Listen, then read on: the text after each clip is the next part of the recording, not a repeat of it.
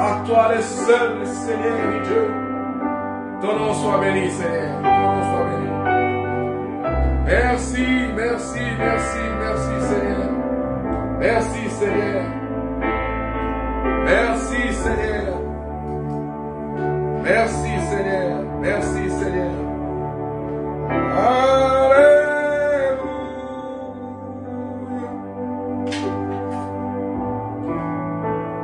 Le nom du Seigneur soit glorifié. On peut s'asseoir au nom du Seigneur Jésus. Seigneur, sois béni, sois glorifié, sois exalté. Seigneur, nous te disons merci pour cette opportunité que tu nous donnes, Seigneur, de parler de toi. Parce que par nous-mêmes, nous ne sommes pas, Seigneur, dignes de parler de toi. Personne n'est digne de parler de toi. Tu es saint. 3 fois saint. Tu es glorieux, Seigneur.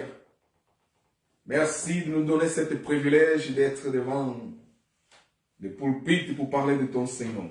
À toi la gloire. À toi la gloire, Seigneur. À toi la gloire. À toi la gloire. À toi la gloire. À toi la gloire. Ton nom soit béni, Elohim. Bon, Seigneur, nous laissons cet enseignement d'aujourd'hui, qui est ta sainte présence, parle. Parle, Seigneur, parle. Pas nous, pas notre pensée, au raisonnement, mais ta sainte présence. Merci, Seigneur, de nous faire de nous un instrument de transmission de tes oracles. Merci, Seigneur. Nous te remercions. Nous te remercions, Père. Bon, nous allons continuer notre étude de la grâce de Dieu à propos de les mystères de Samson. Nous savons que vous allez nous supporter. Nous savons que pendant toutes ces semaines, nous avons développé à propos des mystères de Samson. Pardon, Samson et Salomon sont... Je ne sais pas pourquoi le Seigneur met les Salomon. Mais après, j'ai découvert, il y a quelques-uns qui ont aussi parlé de ça. J'ai découvert pourquoi le Seigneur m'amène tout le temps dans le Salomon. Pourquoi? Parce que, en fait, ce qui s'est passé avec Samson, quand Samson s'est mis avec Delilah, une femme païenne, femme des nations. En fait, c'était aussi la typologie de Samson. C'est pour cela que le Seigneur m'amenait tout le temps Samson. De Salomon, pardon. Quand j'ai parlé de Salomon et de Samson, je me trompais, j'entrais dans le Salomon. Je me suis posé la question, mais pourquoi Seigneur me fait tromper tout le temps le nom de Samson, Salomon? J'ai compris que c'était parce que ce que Samson m'avait fait, marier Delilah, c'était ce que Salomon avait fait. Marier des femmes des nations. En fait, c'est la typologie aussi de Christ. Un jour, ce Seigneur veut, on va aussi entrer dans le mystère de Salomon. Parce qu'il y a beaucoup de choses là-dedans, cachées, qui des fois on parle superficiellement, mais on n'entre pas dans le fond du sujet. Alors, aujourd'hui, sans tarder,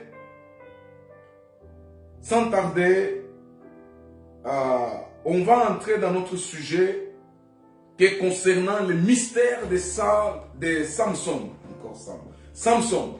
Le mystère de Samson, aujourd'hui on va parler de sous-thème à propos des trahisons de Delilah. Alors, parce que nous avons parlé beaucoup de choses, on a cité, on a nommé la trahison, mais on n'a pas entré en fait dans le sujet des trahisons. Aujourd'hui, on veut parler à propos de la trahison de Delilah, la trahison de Samson vers son peuple et la trahison de Delilah vers Samson. Mais déjà, pour vous dire le suivant, la trahison de Samson envers son peuple, c'est la trahison d'Israël envers Dieu. Ok? Israël, plusieurs fois, avait trahi le Seigneur. Et le Seigneur l'avait abandonné, l'avait rejeté, renvoyé au peuple des nations pour qu'il apprenne l'importance de leur Dieu.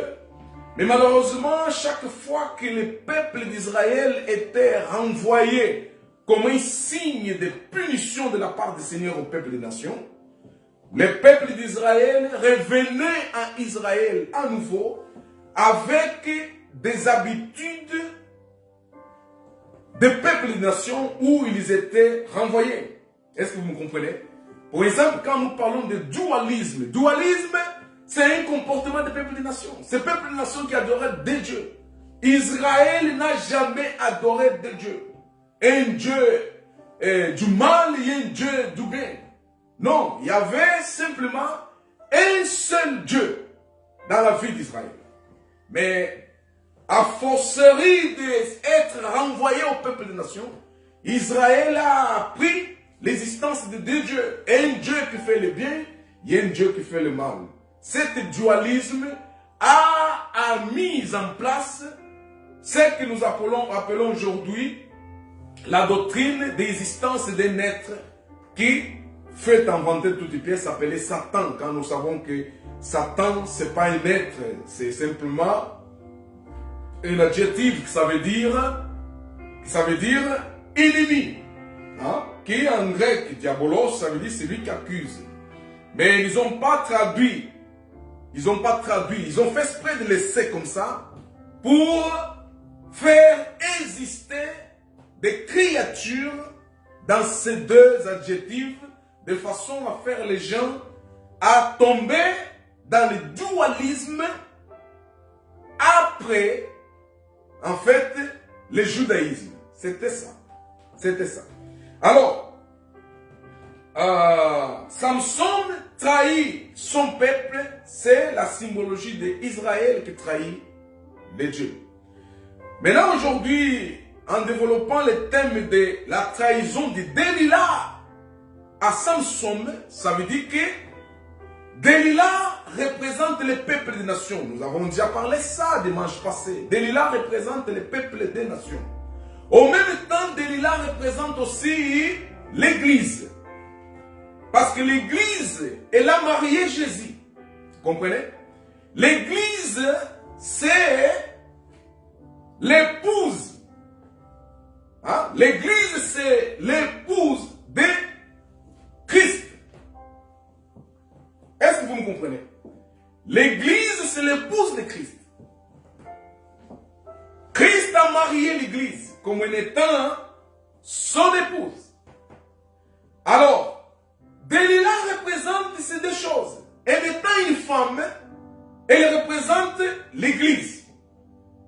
Elle étant une femme païenne, elle représente le peuple des nations. Alors, nous voudrions parler de cela aujourd'hui pour que vous compreniez. Je sais que, Seigneur, dans cette préambule que je viens de faire, vous avez déjà capté, en fait, le fondement de notre enseignement. Le fondement de notre enseignement, c'est ça. Je ne vais pas, en fait, allonger là-dessus pour vous dire que le fondement de notre enseignement, c'est la trahison de l'Église envers Christ. Samson, c'est la typologie de Christ. Elle étant l'homme. Elle étant l'homme. Et Delilah, c'est la typologie d'Église, elle étant la femme. Est-ce que nous comprenons? Est-ce que nous comprenons? Mais avant ça, Seigneur m'a donné une chose. Seigneur m'a demandé de dire une chose à propos du pulpite. Je sais qu'au fur et à mesure qu'on va interpréter, on va vous amener les oracles du Seigneur. Là-dedans, vous allez entendre beaucoup de choses. Supportez-nous au nom du Seigneur Jésus. Mais avant toutes ces choses, Seigneur m'a dit de vous dire une chose. Les autels de Christ, les autels de Dieu aujourd'hui, sont quoi? Ils sont en train de subir une chose qui, Seigneur me demande de vous dire ce matin. se trouve dans l'écriture de Galates chapitre 1 verset 14 qui dit suivant. Les trompeurs est maudit qui ayant un mâle dans son troupeau voué à sacrifier au souverain une femelle défectueuse. Car je suis un grand roi, dit l'Éternel des armées. Mon nom est craint parmi nations. Le nom d'Elohim, qui est le Seigneur des armées, est craint dans les nations. Ça veut dire que les nations, même dans leur ignorance, ils connaissent la colère d'Elohim. Vous comprenez? Les nations, même dans leur ignorance, ils connaissent la colère d'Elohim. C'est cette colère-là, quand se bat sur les nations étaient obligées d'inventer Dieu de leur subconscience. Vous comprenez? L'existence de plusieurs dieux se doit à la colère d'Elohim. Mais comme le peuple des nations était ignorant, ils ne comprenaient pas de quel Dieu s'agissait. Et en fonction de ça, ils ont fait exister des dieux dans leurs imaginations. Vous comprenez? Les idoles que vous voyez aujourd'hui qui sont adorées par-ci par-là, ce sont des dieux de l'imagination de l'homme. L'homme a imaginé, il a fait exister. Pourquoi? Pour ce qui s'est arrivé.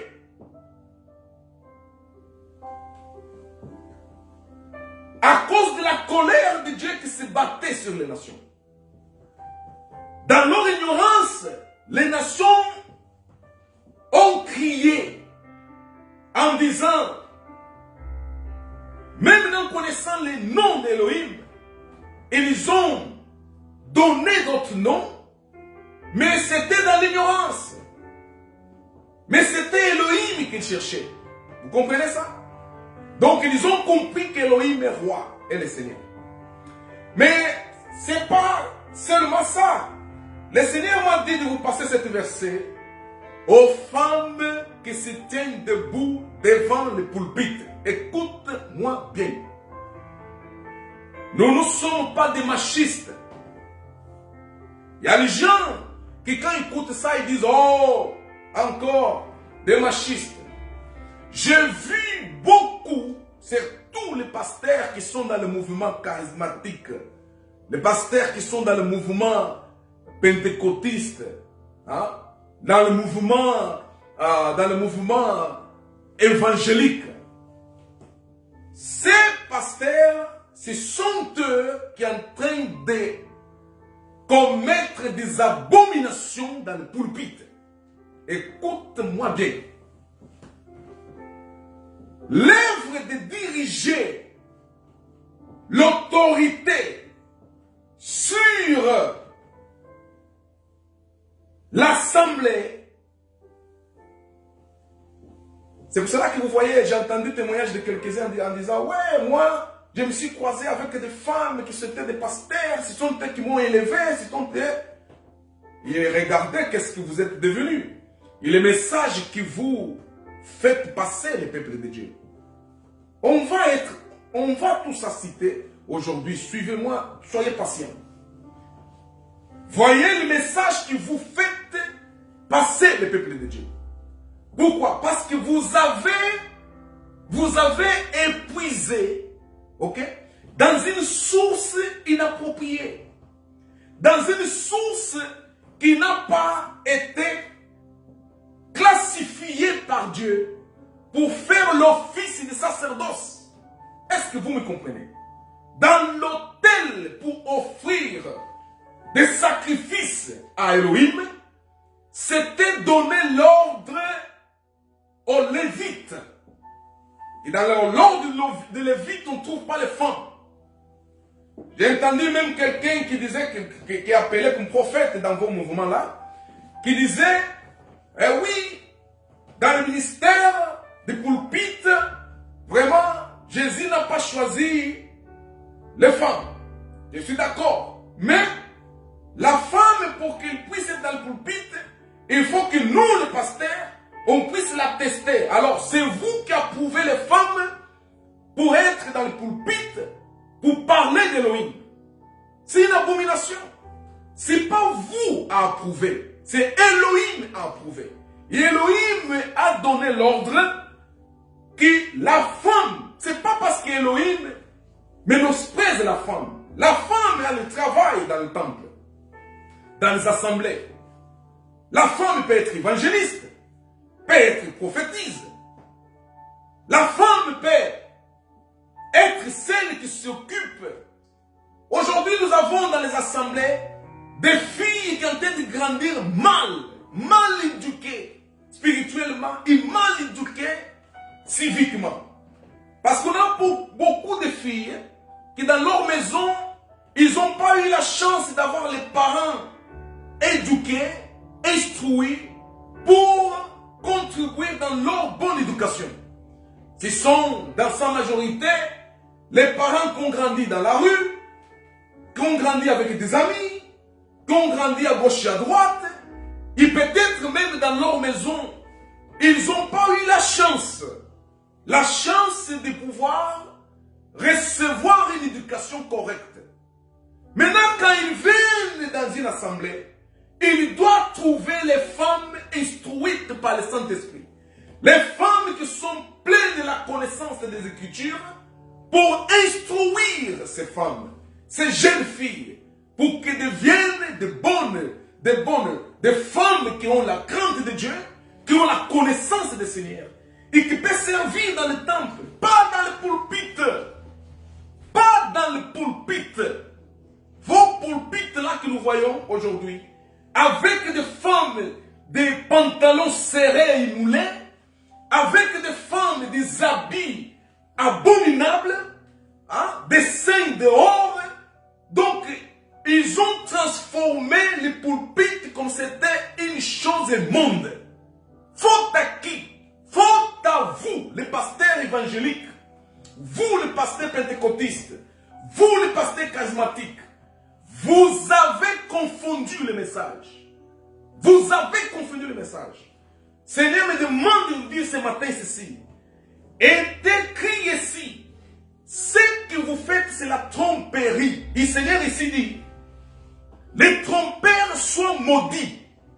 Ça veut dire que parce que vous faites ça, Seigneur vous maudit. Et le message que vous amenez le peuple de Dieu est aussi maudit.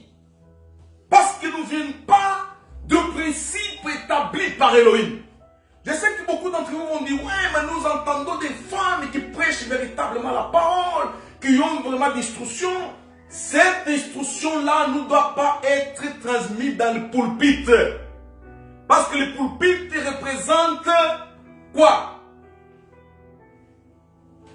Le pulpit représente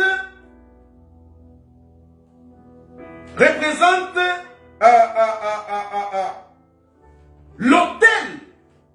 Le pulpit représente l'autel où est sacrifié les animaux pour le Seigneur. Est-ce que vous comprenez? Et vous savez que dans l'autel, ni tous les animaux Dieu acceptait.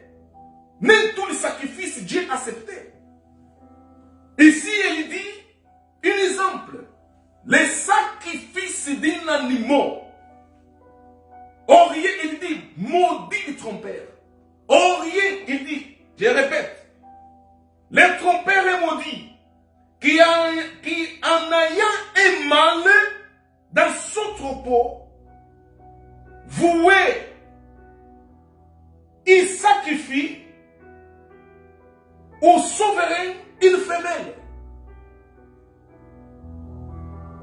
Au lieu de sacrifier, dans son troupeau, il y a des animaux qui sont mâles. Si c'est le mâle qui doit être sacrifié, pas la femelle. Qui est mort à la croix, ce n'est pas une femelle, c'est une mâle. Vous comprenez ça? C'est un Ce n'est pas une femelle. Nous ne disons pas le Dieu et la mère. Nous disons le Dieu et le Père.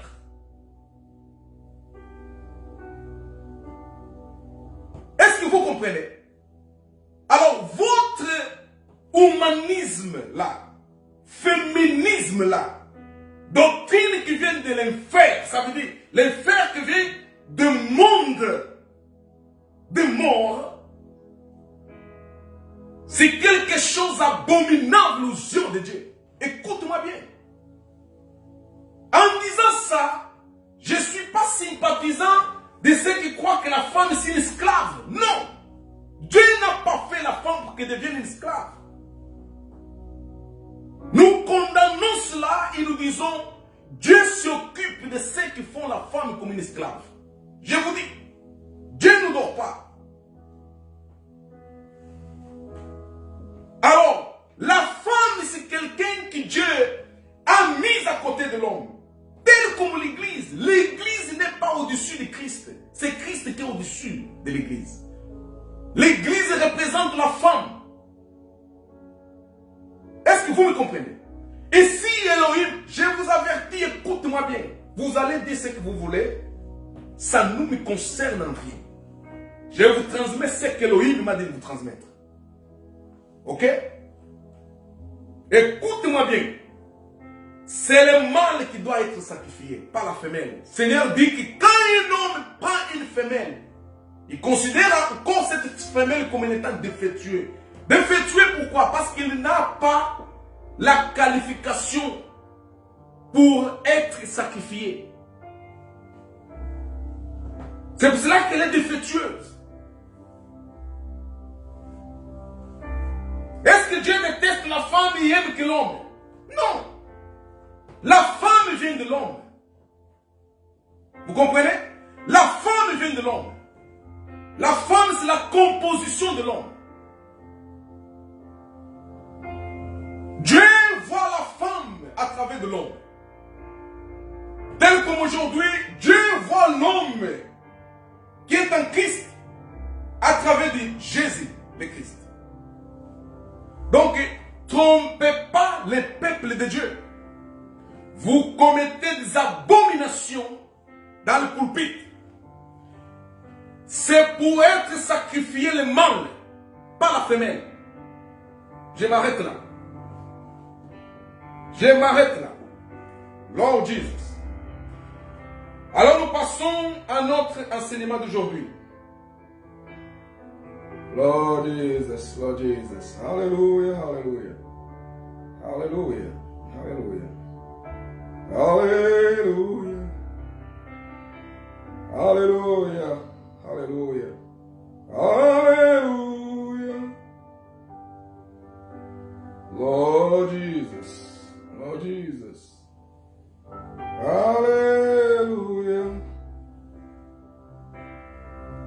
Alors, nous allons entrer dans notre enseignement d'aujourd'hui, dans l'écriture de Juges, chapitre 16, verset 18.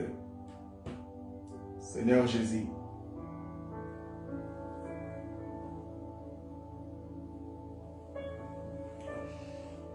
Juges chapitre 16, verset 18. Il dit suivant.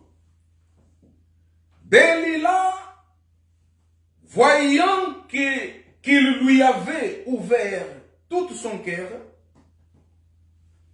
envoya appeler les princes des Philistins. Il leur fit dire, montez cette fois, car il m'a ouvert tout son cœur. Et les princes des Philistins montèrent vers elle et apportaient l'argent dans leurs mains. Verset 19. Elle l'endormit sur ses genoux. Et ayant appelé un homme, il rasa les 7 tresses de la tête de Samson et il commença ainsi à les dompter, il perdit sa force. Samson a ouvert son cœur à Delilah. Je voulais dire que souvent dans la vie, les problèmes ou la domination de un envers l'autre commence quand l'autre ouvre son cœur à l'autre. Ça, c'est un comportement des hommes. C'est un comportement méchant des hommes. C'est pour cela que vous voyez que dans les couples, il y a toujours des secrets. Il y a toujours celui cache, celui... Enfin, chacun essaye de ne pas se dévoiler totalement à l'autrui. Ce qui n'est pas conseillable. Mais cela, pourquoi? Parce que l'expérience de la vie quotidienne d'aujourd'hui a montré que tous les moments où l'homme ouvre son cœur totalement à sa femme, il devient vulnérable. Ouais. Quand l'homme ouvre son cœur, sans rien cacher de sa femme, elle devient vulnérable. C'est ça qui s'est passé avec Samson. Samson, regardez, même Christ, en comprenant l'église telle comme elle est, il n'a pas tout dévoilé l'église. Il y a des choses qu'il n'a pas dévoilé l'église. Même qu'aujourd'hui les pasteurs essayent de tout interpréter, il y a des choses qu'on n'arrive pas. On peut interpréter mais pour mensonge, mais la réalité c'est que le Seigneur a fermé. Il n'a pas donné la possibilité de révéler. Pourquoi? Parce qu'il attend les derniers jours, comme les églises parlent, excusez-moi, ce n'est pas notre langage. Mais il attend les jours où l'élu va laisser ce corps matériel et humain dans l'enfer, qui est la sépulture, afin d'entrer dans la divinité, et là, tout lui sera dévoilé. Vous comprenez ça? Donc, ce n'est pas ici que le Seigneur va tout dévoiler.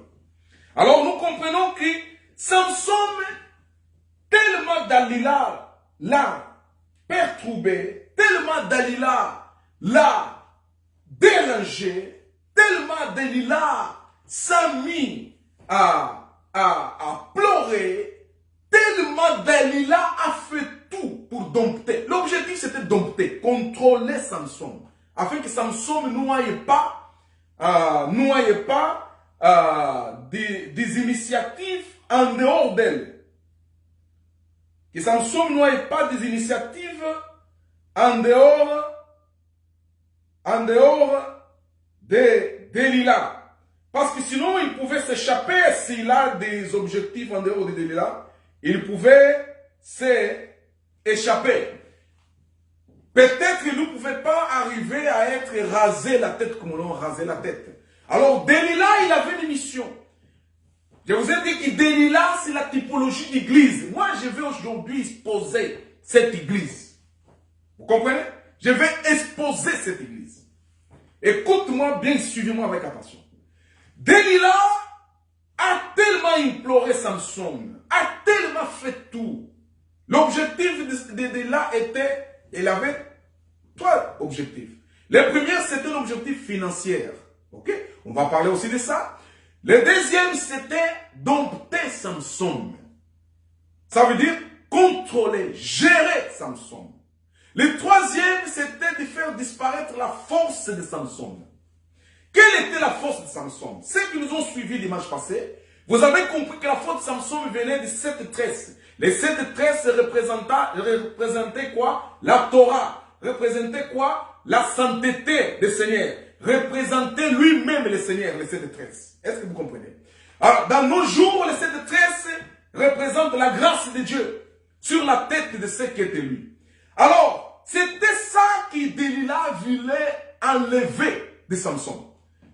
Parce qu'il savait que si je l'enlève, sa foi en Christ, il deviendra faible. Est-ce que vous comprenez ça? La majorité, je vais parler à quelqu'un qui me suit là.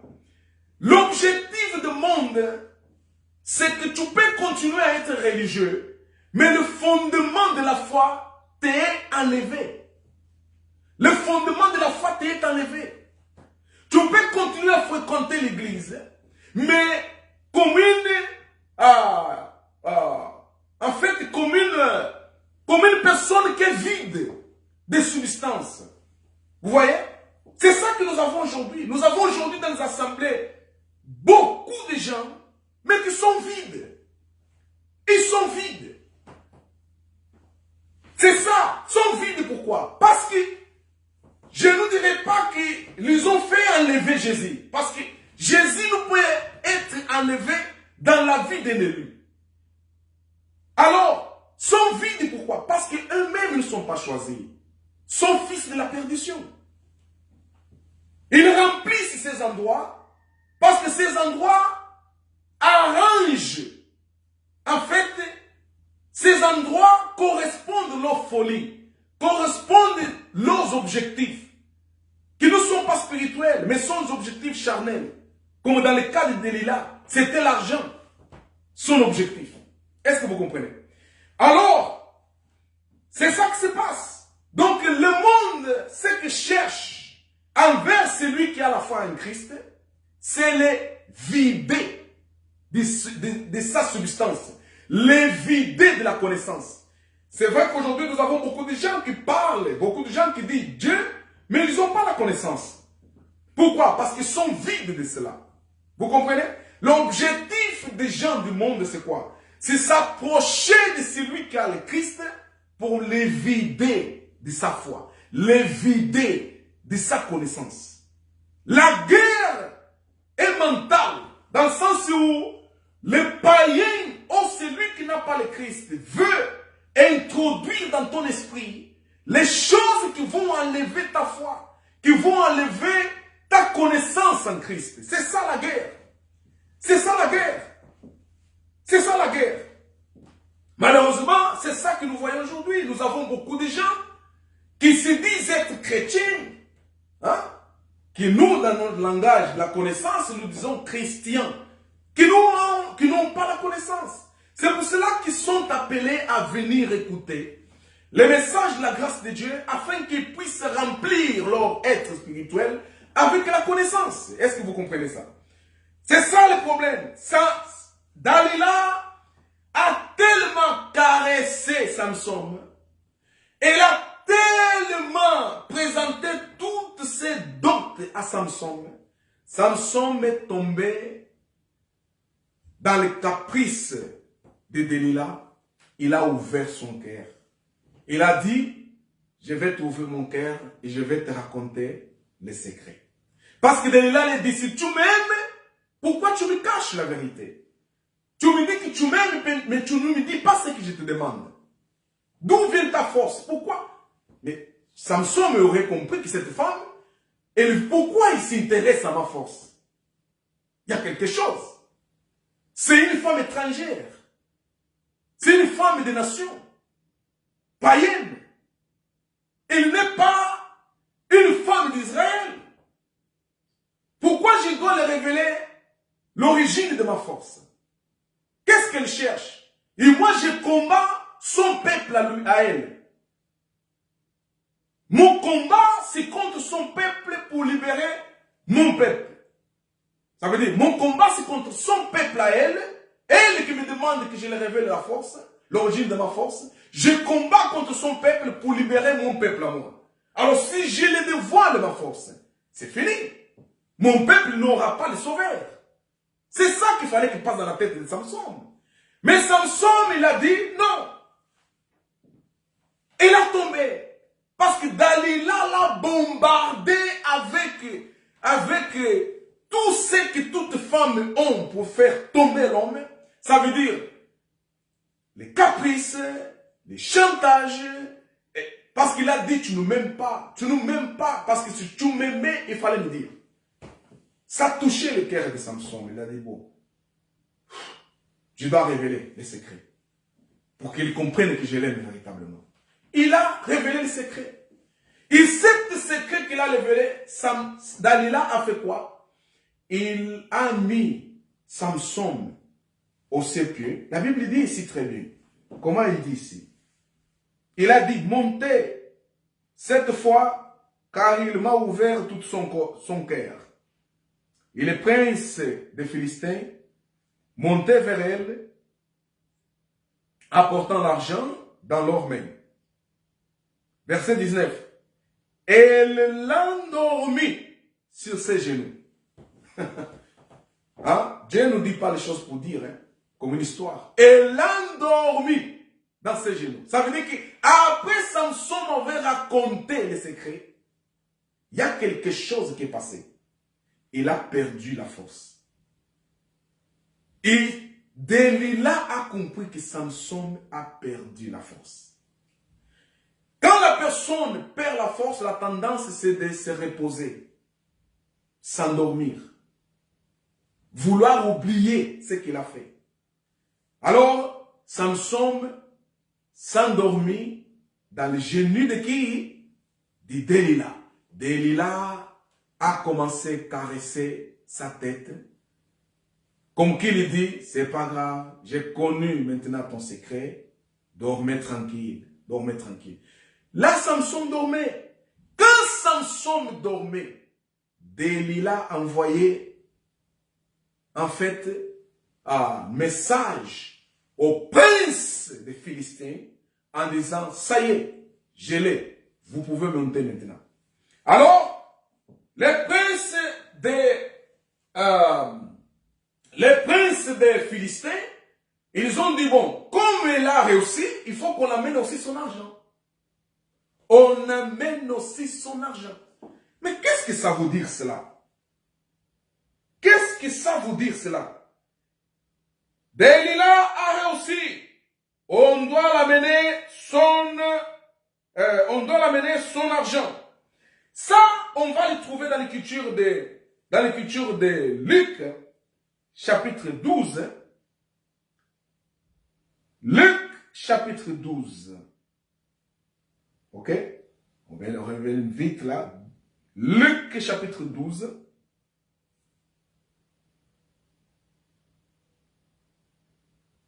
Lord Jesus, Lord Jesus,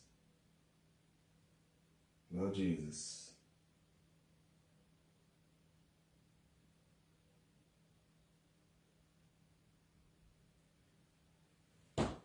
Luc 12.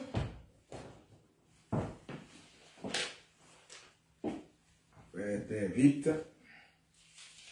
Luc 12,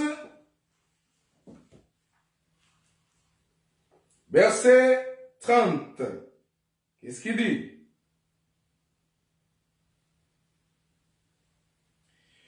Car toutes ces choses, ce sont les païens du monde qui les cherchent.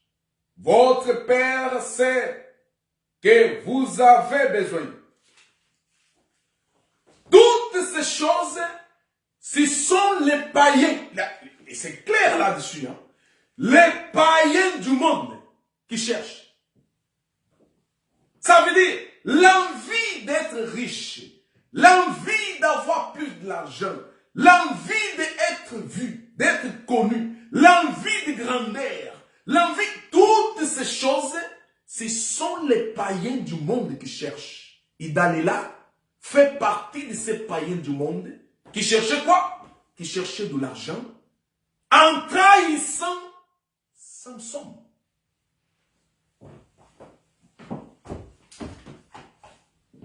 Les païens du monde, toutes ces choses, ce sont les païens du monde qui cherchent. Delilah a cherché quoi? Il a cherché d'avoir de l'argent. Et pour ça, il fallait trahir Samson. Pourquoi il a fait ça? Parce que c'est dans sa nature. Dans sa nature. La nature de Delilah, elle étant une femme de nation, une femme païenne, c'était se préoccuper avec le bien-être quoi? Humain. son bien-être physique, pas son bien-être spirituel. La spiritualité pour Delilah ne lui disait rien. Vous comprenez ça? Est-ce que vous comprenez? C'est la même chose aujourd'hui. Combien de gens fréquentent des assemblées à cause de son bien-être humain, son bien-être matériel? Il ne fréquente pas pour son bien-être spirituel. Et aujourd'hui aussi, quand il parle de spiritualité, il parle de spiritualité dans le sens de quoi? Dans le sens de démons, Satan, féticheur, la sorcellerie, dans ma famille, dans ma vie. C'est cette spiritualité qui, quelques retardés dans la connaissance d'Elohim, les ont transmis. C'est cette spiritualité qu'ils ont transmis. Pour eux, la spiritualité, c'est quoi? C'est la sorcellerie, c'est les démons, c'est Satan. Ça veut dire les satans mythologiques et les démons mythologiques qu'ils ont transmis. Est-ce que vous comprenez ça? Est-ce que vous comprenez ça? Donc, c'est ça leur spiritualité. Mais la spiritualité de se nourrir de la parole, de la connaissance d'Elohim. Cette spiritualité-là ne les intéresse pas. C'est Delilah. C'est Delilah. Est-ce que vous comprenez? C'est Delilah. L'intérêt de Delilah était matériel, pas spirituel. Matériel et pas spirituel. Alors, en étant la nation, Delilah, il s'est comporté. Ici, Delilah, en représentant la nation, il s'est comporté d'une façon comme toutes les nations qui n'ont pas Elohim comme étant les dieux se comportent. Ok? Comme se comportent. Quand nous lisons l'écriture, ici nous avons déjà vu les comportements des nations, comment les nations se comportent. Ok? Les nations cherchent les biens matériels dans les assemblées. Et les assemblées sont dominées par les envies matérielles. Pas les envies spirituelles, mais matérielles. Et la spiritualité dans les assemblées est mal interprétée. Les spiritualités dans les assemblées aujourd'hui, c'est quoi? C'est la sorcellerie, c'est les démons, c'est les satans. Est-ce que vous me suivez? Vous me suivez? C'est ça qui a bloqué la compréhension et l'entendement des gens qui fréquentent des religions. Les gens du système religieux. Ok? Les gens qui sont dans le dans le nouveau évangélique. Ça veut dire le nouveau évangélique. Et pentecôtiste et charismatique.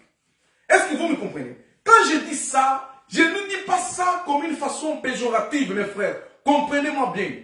C'est pour secouer vos têtes et vos esprits afin que vous reveniez à Elohim.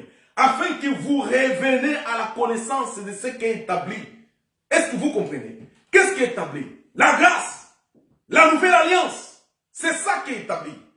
Vous devez revenir à cette connaissance, à cette maturité. La grâce souveraine, c'est la maturité. C'est l'étape de la maturité. Je sais que c'est nécessaire que vous passiez par là où vous êtes aujourd'hui. C'est nécessaire. Il faut que vous passiez par la loi pour être éduqué. Mais, une fois être éduqué par la loi, arrive le moment que la loi doit vous laisser partir vers la grandeur. Vous comprenez? Vers la maturité. Là où tu ne peux plus boire du lait. Là où il faut que maintenant tu manges des viandes, des nourritures solides, capables de se nourrir ce que les véritables gens grands se nourrissent. Plus de lait, ni de céréales. Vous comprenez ça? Vous comprenez ça? Et donc, ici nous voyons Je vous ai dit que Delilah représente des choses. Représente, un, les peuples des nations qui sont les païens. Deux, représente l'Église. Je parle pour l'instant à propos des peuples des nations. Les peuples des nations, leur comportement, c'est ça. Les nations, s'ils entrent dans ta vie, les peuples du monde, s'ils entrent dans ta vie, ils ne vont pas t'apporter la connaissance de Christ. Ils vont t'apporter ce qu'ils ont. Qu'est-ce qu'ils ont? Ici, dans le Luc, chapitre 12, verset 30 qu'on vient de lire, dit que ces choses, les païens cherchent. Attendez, moi, vous allez m'excuser, ça fait partie de ce que le Seigneur m'a donné. Je ne peux pas vraiment fuir de cela. J'essaye de faire le maximum, mais ce n'est pas possible, j'arrive pas. Vous allez m'excuser. Pourquoi? Parce que le Seigneur nous amène beaucoup dans les détails. Vous comprenez? Je ne peux pas parler. Je sais que vous aimerez qu'on parle. Par exemple, représente le peuple des nations. Je vous donne un verset du peuple des nations. C'est fini. Représente l'église. Je vous donne un exemple, un verset de l'église. C'est fini. J'ai fait quelques 3-4 interprétations. C'est fini. Vous pouvez partir. Je suis désolé, mais ça ne fait pas partie de ce que le Seigneur m'a donné. Vous comprenez? Si je fais ça, je souffre après. Comprenez-moi bien. Je souffre après. Je souffre pourquoi? Parce que tout ce que le Seigneur voulait dire, ça bouillonne après à moi. Ça me met en mal disposition. En fait, ça me tracasse après. Parce que je n'ai pas fait sortir tout ce que le Seigneur m'avait donné pour vous transmettre. Donc, vous comprenez que c'est le don des docteurs, ou dans une autre mot simplifié, c'est le don des enseignants, ce que le Seigneur nous a donné. Alors, nous aimons entrer dans les détails, afin que si vous êtes caché dans les détails, on te fait sortir. Vous comprenez? Donc, c'est ça. Alors, je vais ici dans le Luc 12. Pourquoi le Seigneur va dire ça, que c'est le peuple des nations qui cherche tout ça? Pourquoi? Parce qu'il dit,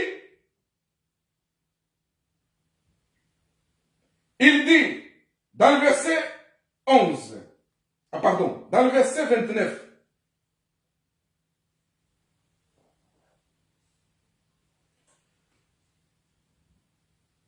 je vais commencer d'abord dans le verset 22 dit suivant.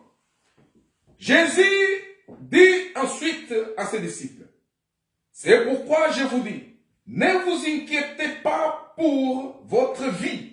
Ne vous inquiétez pas pour votre vie. Il parle de vie ici. Hein.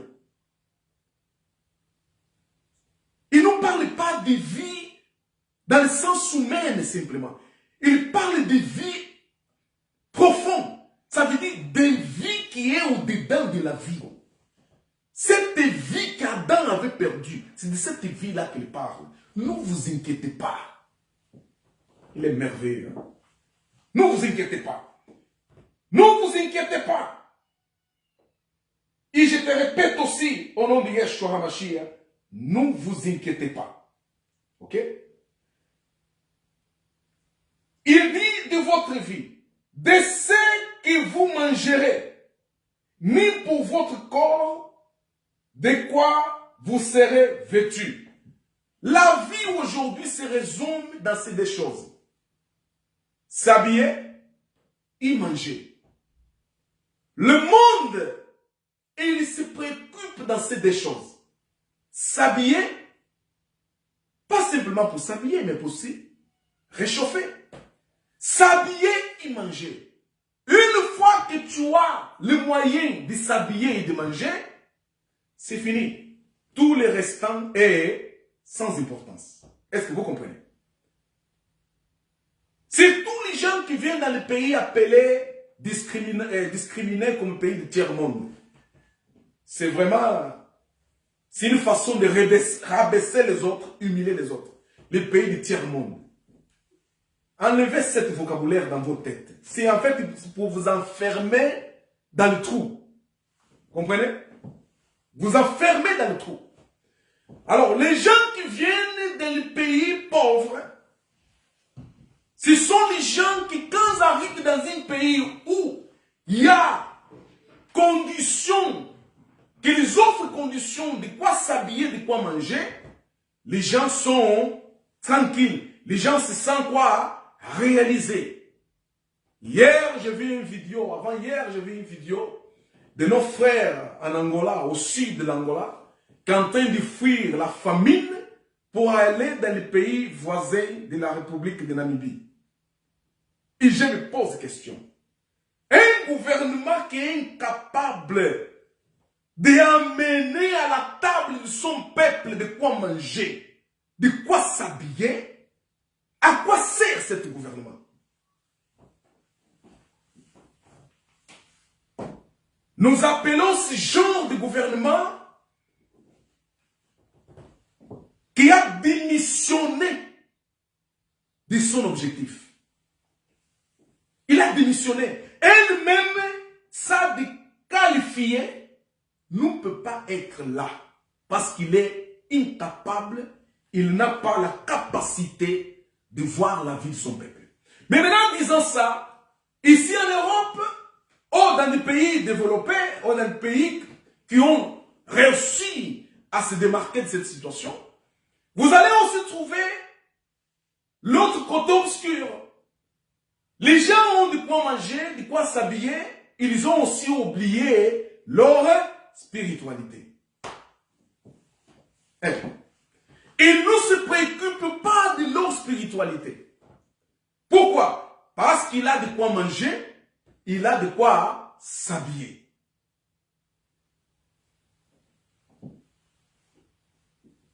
Alors, le manger et s'habiller enlève la personne la capacité de s'intéresser à la spiritualité. C'est pour cela que le Seigneur a dit, ne vous inquiétez pas. Ne vous inquiétez pas de votre vie, de quoi vous allez manger, de quoi vous allez s'habiller. Si le Seigneur a dit, ne vous inquiétez pas, ça veut dire, ne vous inquiétez pas. Même qu'aujourd'hui, vous qui me suivez, peut-être, vous avez ce problème, cette difficulté, que vous n'avez pas de quoi manger. Vous êtes là, vous êtes en train de pleurer. Il y a un côté qui te dit, allez demander aux gens.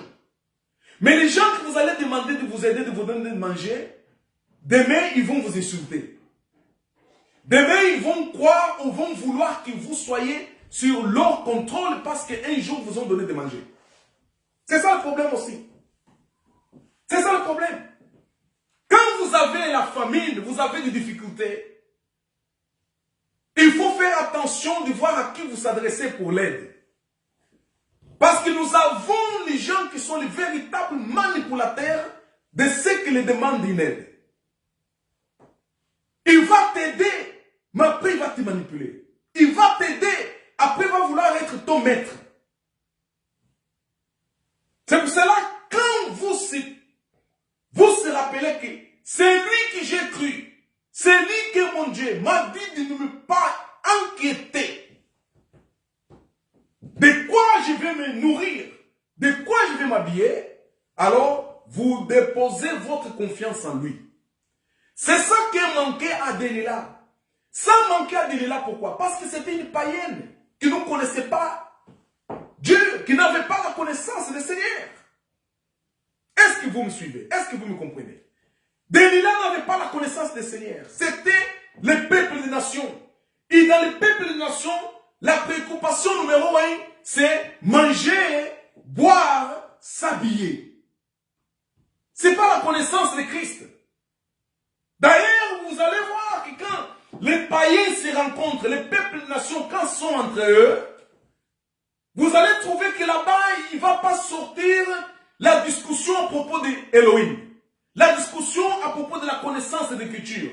À propos de Dieu. Adorer Dieu. Cela sera impossible au milieu d'eux. Qu'est-ce qu'il va y avoir au milieu des gens qui n'ont pas, des gens qui sont les gens des nations? C'est, vont parler, ils vont discuter des projets autour de nourriture, autour des habillements, autour du plaisir. Est-ce que vous me comprenez? C'est ça qu'il y avait dans les Delilah. C'est pour cela que nous disons que Delilah représente les peuples des nations. Vous comprenez? Donc, dans cette convoitise de quoi manger, quoi s'habiller, ok? Elle a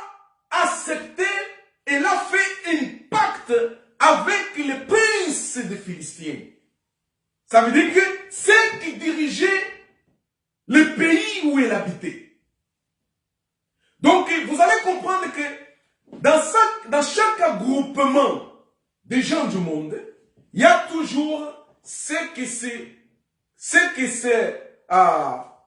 ont la prééminence d'être les dominateurs des autres. Et les autres sont là pour suivre, simplement. C'est elle qui va manipuler ce que les gens doivent penser, ce que les gens doivent faire, et il va organiser. Dans sa tête, il y a toujours des projets de comment contrôler le maître qui, lui, ou elle, est chef. Il n'y a pas Christ là au milieu. Jésus n'est pas la tête de cet regroupement. Mais il y a ceux qui se distinguent comme étant les chefs de cet regroupement. Pour dominer, contrôler, diriger, donner les ordres. C'est lui qui ne fait pas les caprices de celui qui se considère comme chef de leur groupe est écarté. Tout le monde va tomber au-dessus de lui. Tout le monde va être ennemi de lui. Parce qu'il n'a pas écouté ce que le chef de la motte ou de la meute ou le chef de groupe païen et mondaine a mis comme règle au milieu d'eux. Il n'y a pas Christ. Il n'y a pas Christ. Ces gens-là sont les princes de leur peuple.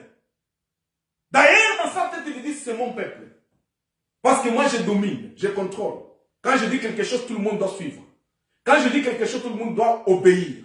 Celui qui n'obéit pas est châtié. Ça veut dire, nous tous, on va lui tourner le dos. Nous tous, on ne va pas le parler. On va le parler mal partout, afin qu'ils comprennent qu'on l'a mis en dehors de notre groupe. Tout ça part de celui que le groupe a élégé comme étant les princes. C'est la similitude des princes des Philistins. Quand Delilah a reçu son coup, il a envoyé les commissionnaires pour aller dire aux princes des Philistins, j'ai reçu les coups. Vous pouvez monter maintenant pour faire le reste. Alors, pourquoi? Quelle était la motivation de Delilah? Delilah n'étant le peuple de nation, la motivation c'est ça que Jésus, le Seigneur, va nous révéler ici dans le Luc chapitre 12. Manger et s'habiller. Manger et s'habiller. Je continue afin que vous compreniez. Excusez-moi, vous allez nous supporter. C'est ça que le Seigneur nous a donné, c'est ça que nous vous transmettons. Nous savons que beaucoup d'entre vous, ils n'ont pas patience d'écouter beaucoup la parole de Dieu. Beaucoup d'entre vous, la parole de Dieu, en plus vous n'avez pas la crainte. Vous citez la parole de Dieu, mais vous n'avez pas patience de l'écouter. Vous comprenez? Vous voulez que la parole de Dieu soit de 10 secondes. Les films 2 heures. Les novellas 5 heures. Ok? La commérage, 1 jour, 2 jours, ça n'a aucun problème. Ça ne vous prend pas la tête. La commérage entre vous, ça. Vous comprenez? Parlez mal de celui, il est là, créer des projets, des programmes pour faire du mal. Ça ne vous interpelle pas. Vous ne voyez même pas le temps passer. Mais pour écouter la parole qui est dans votre bouche, vous disiez la parole de Dieu, vous voulez que Dieu vous parle en 2 secondes. Je vous dis, si vous ne l'appartenez pas, ce n'est pas la peine d'écouter. Mais celui qui l'appartient, il a la soif. Il veut boire de cette eau de la vie. Il a la famine. Il veut se nourrir de cette manne de la vie. Vous comprenez? Alors je continue en disant, le Seigneur continue en disant, ne vous inquiétez pas pour votre vie de ce que vous allez manger, ou pour ce que vous mangerez, ni pour votre corps de quoi vous serez vêtus. Verset 22. La vie est plus que la nourriture, et le corps plus que les vêtements. Mais aujourd'hui, le vêtement est plus que le corps. Aujourd'hui, les peuples des nations ont transformé les vêtements plus que les corps. Le vêtement est devenu plus important que le corps de la personne. D'ailleurs, la personne se mesure en fonction de sa vêtement. Au lieu de se mesurer en fonction de ce que Dieu a mis dans son corps. Est-ce que nous comprenons? Est-ce que vous comprenez? Donc, vous êtes vêtements aujourd'hui. Vous n'êtes pas le corps. Mais ici, le Seigneur dit, le corps est plus important que les vêtements. Les mêmes vêtements que Delilah voulait. Ça veut dire que Delilah, il a convoité la bonne vie. Avoir de bons vêtements, se nourrir comme une reine. Vous comprenez ça? Et le Seigneur dit que la nourriture n'est plus importante. La vie. La nourriture n'est plus importante que la vie. Ok?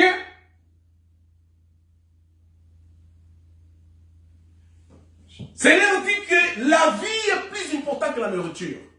Si vous comprenez que votre vie est plus importante que de la nourriture par laquelle vous se battez, vous faites tout, vous vendez même votre corps pour la nourriture, si vous comprenez que la vie qui est en vous est plus importante que la nourriture, alors vous allez chercher les choses qui nourrissent votre vie. Quoi? La parole de Dieu que vous ménosprésez maintenant là. Celle que vous dites c'est trop long, je vais m'endormir, c'est fatigant. Vous comprenez ça? C'est l'heure d'aller manger. Ça veut dire que vous êtes esclave de la nourriture encore. Mais votre vie est plus value, a plus de valeur aux yeux de Dieu que la nourriture. Delilah, elle étant païenne, il s'est donné à ça. C'est à cause de ça qu'il va trahir Samson. Ça veut dire que le comportement de Delilah, c'est le comportement des peuples des nations qui, à cause de la nourriture, à cause du bien-être humain et physique, à cause de l'habillement, ils font quoi? Ils ne s'intéressent pas à Christ. Ok? Sont les athées. Hein? La religion aujourd'hui, c'est l'athéisme. Je ne crois pas en Dieu. C'est comme le malheur que nous avons en Angola. Les partis politiques qui dirigent ce pays, c'est un parti athéiste, marxiste, léniniste, communiste, qui ne croit pas dans l'existence de Dieu. Et conclusion, et les résultats, c'est ça que le peuple est en train de subir. C'est ça que le peuple est en train de subir. Est-ce que vous comprenez ça? Dans tous les pays du monde où un pays se considère comme étant athée, qui veut défier Dieu, Dieu met de genoux ce pays. Met de genoux ce pays. Même dans ces pays qui se disent qu'ils sont développés, Covid-19 vient de se battre là. Ils sont tous par terre de genoux. Vous avez compris qu'est-ce que Dieu fait? Dieu a pris les nations par leur orgueil, par leur arrogance, par leur athéisme, les a mis de genoux.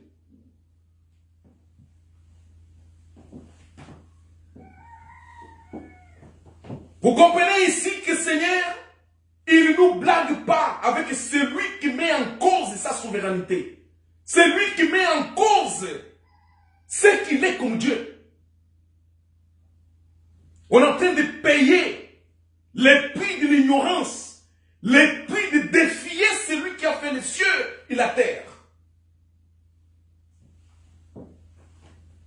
Il faut que le peuple cherche la face du Seigneur, qu'il prie le Seigneur, qu'il demande le pardon au Seigneur pour cette arrogance du athéisme, afin que le Seigneur ait la compassion. On entend des vaccins.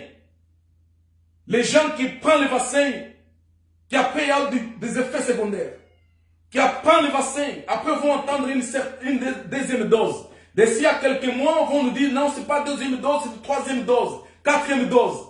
Vous allez comprendre que derrière ça, il y aura beaucoup de dégâts. Mais ces dégâts-là ne seront pas transmis à la télé. Parce que sinon, on va effrayer la population. Mais eux-mêmes, les chefs, ceux qui sont les princes de l'athéisme,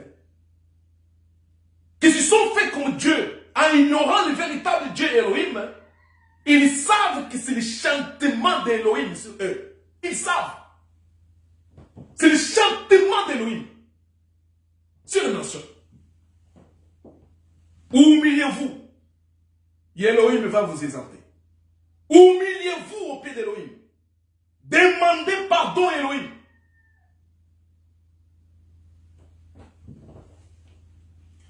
Dieu a confondu les hommes par leur science. La science d'arrogance qui les a fait oublier l'existence d'un Dieu créateur. Qui les a fait créer leur doctrine. L'évolutionnisme. Et aujourd'hui, le père qui est l'athéisme, qui n'est pas autre chose sinon le matérialisme. Alors ici, le matérialisme de Delilah est révélé ici. Matérialisme du peuple des nations. Alors, sans m'allonger, vous allez comprendre que, mais cette même nation, quand j'ouvre dans l'écriture de Romains, chapitre 12, qu'est-ce que c'est Delilah, elle étant nation? Delilah, elle étant nation qui a trahi Samson, qui est la typologie de Christ. La nation a trahi Dieu, qui savait incarner dans la personne de Jésus. Les nations, je répète, les nations du monde ont trahi Dieu Elohim, qui avait descendu ici-bas, qui savait incarner comme étant Jésus le Christ, oh Yeshua. Vous comprenez ça? C'est grave. Ici, dans l'écriture de Romains chapitre 1, il nous dit suivant. Là, je parle aux grands, je parle aux politiciens, je parle aux intellectuels, je parle aux scientistes, hein, les chercheurs. Je parle aux gens qui sont dans le fauteuil de dirigeance de ce monde. Comprenez? Il faut que vous se mettez de genoux devant Elohim pour demander pardon à Elohim. C'est urgent. C'est urgent ça. Demandez pardon à Elohim. Dites, ouvrez votre bouche et confessez disant à Elohim, nous t'avons ignoré. Nous avons cru que notre science, notre petite tête, c'était de Dieu. Nous avons inventé des choses qui nous ont fait orgueiller, qui nous ont fait éloigner tes commandements, éloigner ta parole de nos vies. Pardonnez-nous pour ça. Et vous allez voir que les choses vont changer. Vous allez voir que les choses vont changer. Elohim, dans le trône de gloire où il est assis, il sait de ce qu'on est en train de vous parler. Et vous savez au nom du Seigneur Jésus que cela est en train de toucher votre profond. Et vous êtes en train d'entendre et comprendre que c'est la voix du Seigneur qui est en train de vous diriger en disant mettez-vous des genoux là où vous êtes. Et demandez pardon à Elohim. Votre orgueil a des limites. Votre orgueil a des limites. Et alors ici, dans l'écriture de Romains chapitre 1, à partir du verset 18, dit suivant. La colère de Dieu se révèle du ciel contre toute impiété et toute injustice des hommes qui retiennent injustement la vérité captive, car ceux qui ont pu connaître de Dieu est manifeste pour eux. Dieu leur ayant fait connaître, en effet, la perfection invisible de Dieu, sa puissance éternelle et sa divinité se voient comme au l'œil nu depuis la création du monde quand on les considère dans ses ouvrages. Ils sont donc inexcusables. Vous êtes inexcusables. Vous êtes inexcusables. Car ayant connu Dieu, ils n'ont point glorifié comme Dieu. Vous avez connu Dieu. Mais vous ne le glorifiez pas comme Dieu. Vous se glorifiez vous-même. Votre intellect, votre connaissance. Vous avez transformé votre connaissance comme étant Dieu. Vous défiez Elohim. Et vous êtes inexcusable. Parce que Dieu vous a montré le ciel. Ce n'est pas le Big Bang qui a fait. Même le propre Big Bang que vous disiez Big, c'est à cause de Big Bang que l'univers avait existé. Qui a créé le Big Bang? Elohim a créé le Big Bang. Ah non, les choses évoluent. Il n'y a pas de création. Les choses évoluent. Mais pour que les choses évoluent, il faut que cette chose soit créée. Qui est l'auteur de la création des choses? Elohim. Qui fait évoluer les choses? Elohim.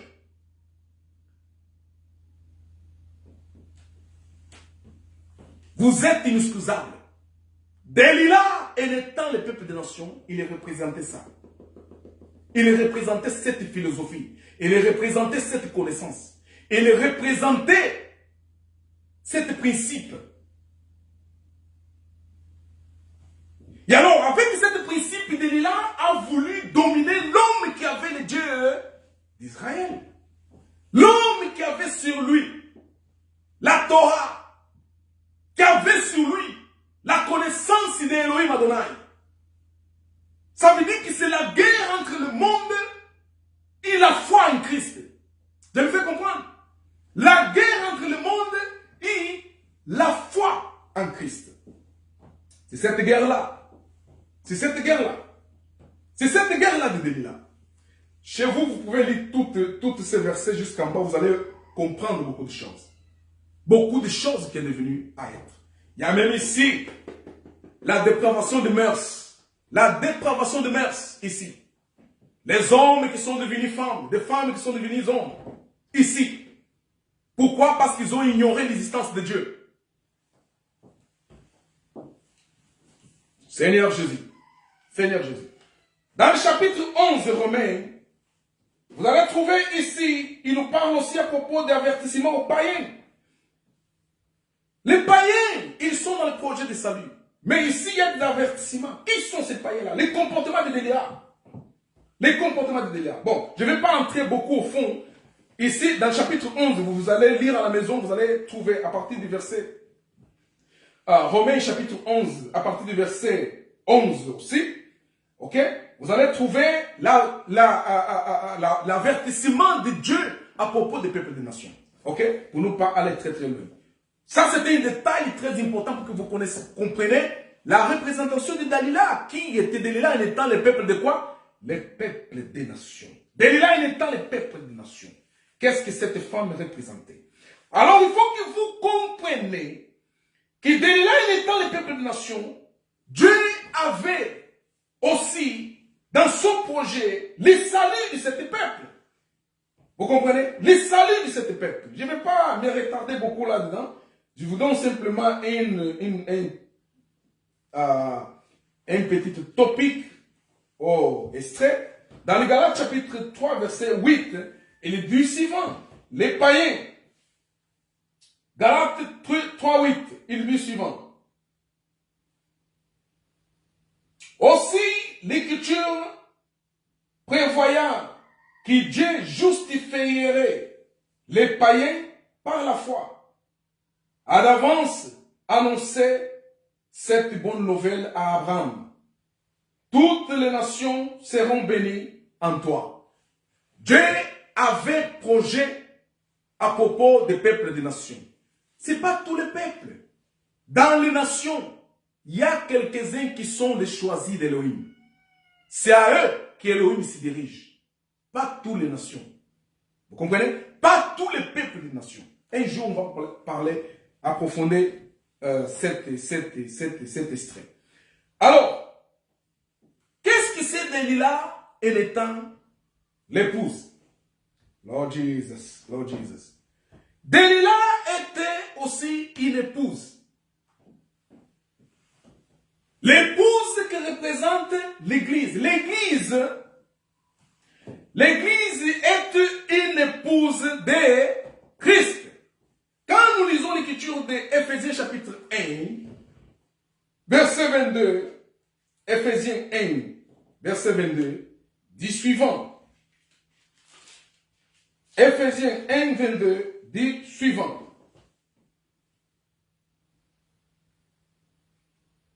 Éphésiens 1, 22, dit suivant.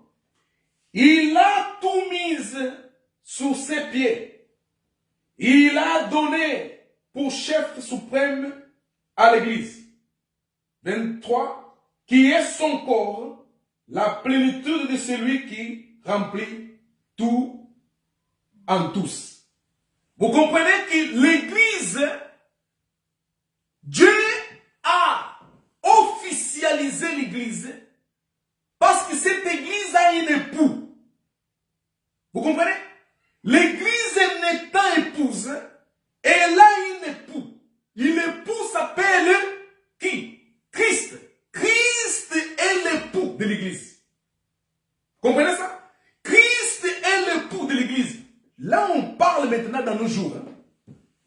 Et étant Christ l'époux de l'Église, l'Église doit être soumise à Christ. Parce que Christ est la tête de l'Église en étant l'épouse. En étant l'époux, pardon. Alors ici, nous comprenons qu'en fait, Delilah, il représente cette Église. Église païenne. Église qui n'appartient pas les peuples d'Israël. Église qui n'est pas judaïque, mais une église païenne. Dans cette église païenne, nous trouvons la diversité de plusieurs ramifications. Nous trouvons les protestants, les catholiques, les évangéliques, les pentecôtistes, les patatis, tout ça. Vous comprenez? Mais dans le discernement, nous comprenons que tout ça là, ça ne représente pas la véritable église. Ça représente les assemblées humaines. Les assemblées humaines. Des institutions humaines. Parce que l'église de Christ est composée par les gens qui sont choisis par lui. Ça veut dire que ces gens-là qui sont choisis par le Seigneur, vous allez les trouver dans l'église catholique, vous allez les trouver dans l'église protestante, vous allez les trouver dans les églises musulmanes, vous allez les trouver dans l'église évangélique, vous allez les trouver dans l'église pentecôtiste, vous allez les trouver dans l'église des réveils, vous allez les trouver, même dans le monde, vous allez les trouver. Ces gens-là qui sont choisis, ce sont eux que Dieu considère comme son église. Ce n'est pas l'église institution. Je sais que ça a heurté votre sensibilité, ça a heurté mettre votre vanité, votre orgueil et arrogance. Vous comprenez? Alors, dans cette leçon, ça veut dire quoi? Ça veut dire que nous ne pouvons pas fréquenter les églises. Ce sont des institutions humaines. Vous pouvez y aller.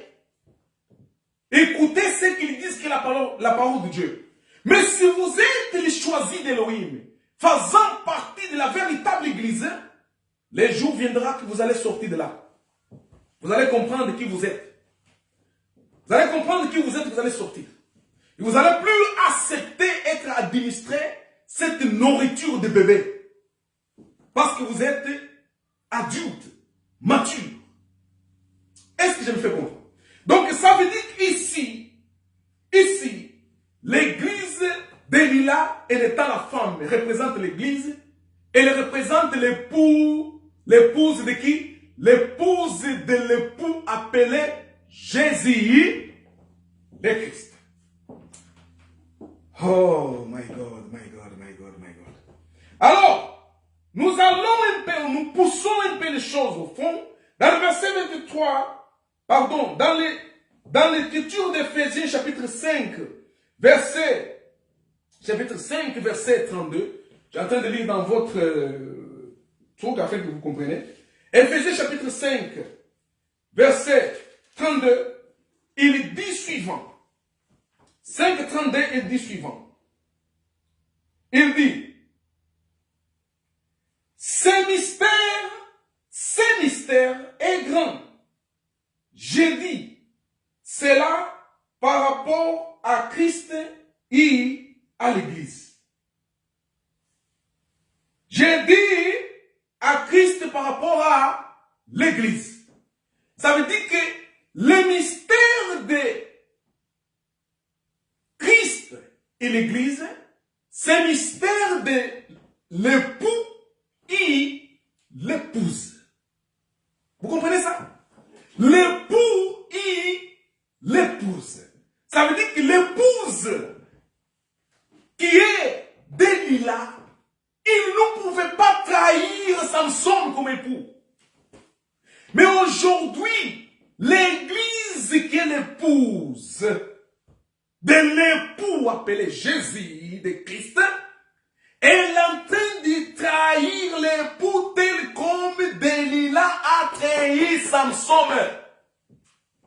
Alors nous comprenons que par le comportement des églises aujourd'hui, de quelle façon ils sont en train de trahir le mari appelé Jésus le Christ. Par leur comportement qui n'est pas en concordance avec l'évangile. Nous comprenons aussi ici que l'évangile de Delilah était un évangile attaché à la chair, attaché à la préoccupation du bien-être de son corps, bien-être humain. Maintenant, regarde-moi bien. Et vous allez comprendre que les endroits où vous fréquentez, c'est ce genre d'évangile que vous allez y trouver. C'est pas difficile. C'est pas difficile. Même un enfant qui aujourd'hui est au CM2 comprend ça. Hein? Un enfant au CM2 comprend ça.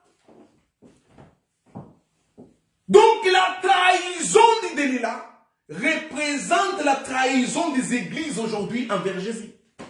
Qu'est-ce qui s'intéresse les églises d'aujourd'hui? Alors, là maintenant, fermez bien la ceinture, on va dans une autre dimension.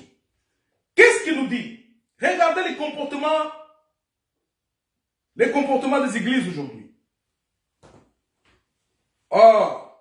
Quelques-uns disent, Docteur Clesson, tu es très très dur avec les églises. Mon problème, ce n'est pas les églises, mon frère. Mon problème, c'est Christ. Christ. Bien-aimé Paul, en entrant dans l'église des Corinthiens, il dit, je ne suis pas mis à chercher autre chose. Oh Seigneur, je ne cherche pas autre chose de vous. Écoutez-moi, je ne cherche pas autre chose de vous. Je cherche mon Seigneur, Jésus. Ce n'est pas Jésus de Nazareth. Je cherche Jésus le Christ, le crucifié. Est-ce qu'il est au milieu de vous? Est-ce qu'il est en vous? C'est ça que je cherche. C'est ça que je cherche.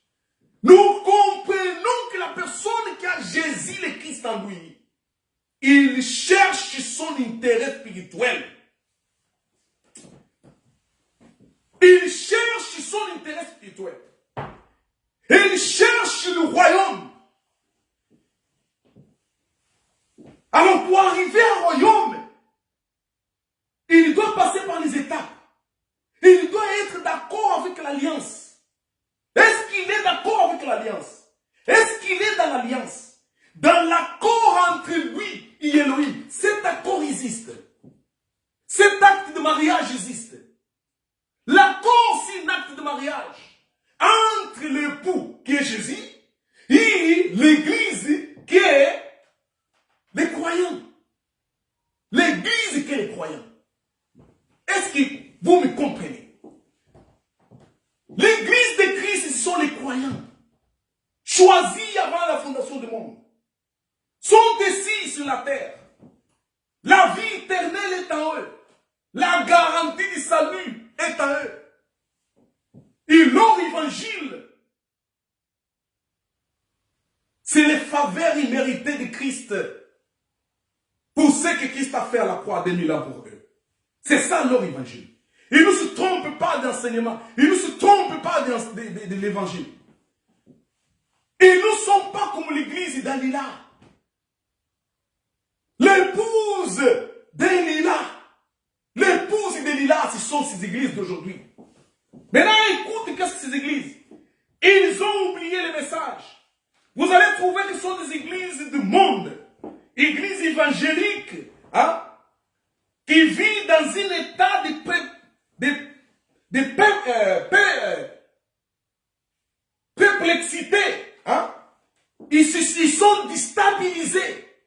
Vous allez comprendre que dans ces églises-là, au cours des siècles, l'ont imperceptiblement échangé cet évangile de la grâce de Dieu pour un produit de substitution. Ça veut dire les produits de substitution sur lesquels celles que nous avons trouvées dans le Luc chapitre 12. Les produits de substitution qui a substitué l'évangile, c'est quoi? Si l'objectif de Delilah est enrichir, avoir de l'argent, habillement, nourriture, c'est ça l'évangile qu'aujourd'hui a envahi les endroits où vous fréquentez. C'est cet évangile-là. Et cet évangile-là, ce n'est pas l'évangile de Christ. Seigneur Jésus est clair ici, dans Luc chapitre 12, mes frères. Luc chapitre 12, Seigneur est clair ici. Et il dit qu'ils sont les païens. Alors nous comprenons que dans une assemblée où les gens, où l'évangile, véritable évangile est substitué par les formules, hein, substitué par les produits de substitution. Quel est le produit de substitution? Ce que Jésus avait dit de ne pas se préoccuper avec, c'est ça qui a substitué l'évangile dans ces endroits-là. Je vais, afin que le pasteur puisse prier pour moi, afin que je puisse enrichir. Oh, pasteur a prié, l'argent a apparu dans la poche de la personne. Alors, ma question est, j'ai entendu ça hier, un soi-disant prophète. Il dit, il a prié, l'argent a apparu. Dans la poche ou dans le sac de la dame. Maintenant, je voudrais poser la question à cette dame-là que l'argent apparaît dans ta poche. Je ne sais pas si ce sont des combines, parce qu'on sait qu'aujourd'hui, ils font beaucoup de combinaisons avec les gens de leur dénomination. Je pose la question à cette dame-là. Jusqu'aujourd'hui, cet argent est là ou c'est fini? Madame, vous que votre prophète a prié et dans ton sac a eu de l'argent. Jusqu'aujourd'hui, cet argent est encore là ou c'est fini? Vous voyez la médiocrité. L'évangile est changé. L'évangile est changé. Je sais qu'est-ce que tu es en train de penser. Jésus a nourri 5000 personnes. Et après, qu'est-ce qui s'est passé? C'est la même chose aujourd'hui.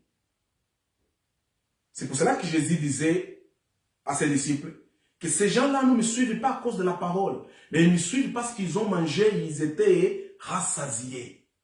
Si vous, aujourd'hui, dans vos églises, vous suivez, vous êtes fidèles, parce que vous voulez que ce qui s'est produit à cette dame qui a eu l'argent dans son sac, s'est produit aussi en vous. C'est ça. Ça veut dire que vous suivez parce que vous avez envie que dans votre maison, ne manque pas de nourriture, ne manque pas des habits, ne manque pas que vous soyez, en fait, votre Dieu, c'est un Dieu charnel. Si votre Dieu arrive à vous nourrir jusqu'à votre jour, jusqu'à votre dernier jour, et que dans votre maison, chaque fois que vous dormez, vous se réveillez, billions de dollars. Vous dormez, vous se réveillez, billions de dollars. C'est là, vous allez comprendre que c'est le véritable Dieu pour vous. Non, c'est maman, c'est pas Dieu. C'est maman, c'est pas Dieu. Je répète, c'est maman, c'est pas Dieu. Parce que le Dieu qui t'a créé, ici, il vient te dire. Il dit que ces choses-là, ce sont les païens. Ça veut dire que l'évangile qui est prêché aujourd'hui dans les églises, dans les fausses églises là, ok? Ces fausses églises appelées Delilah, qui ont voulu se marier avec Jésus. Mais ils se sont mariés avec Jésus pour trahir Jésus. Trahir l'évangile de Jésus. Parce que l'évangile de Jésus n'est pas centralisé sur manger, boire et s'habiller.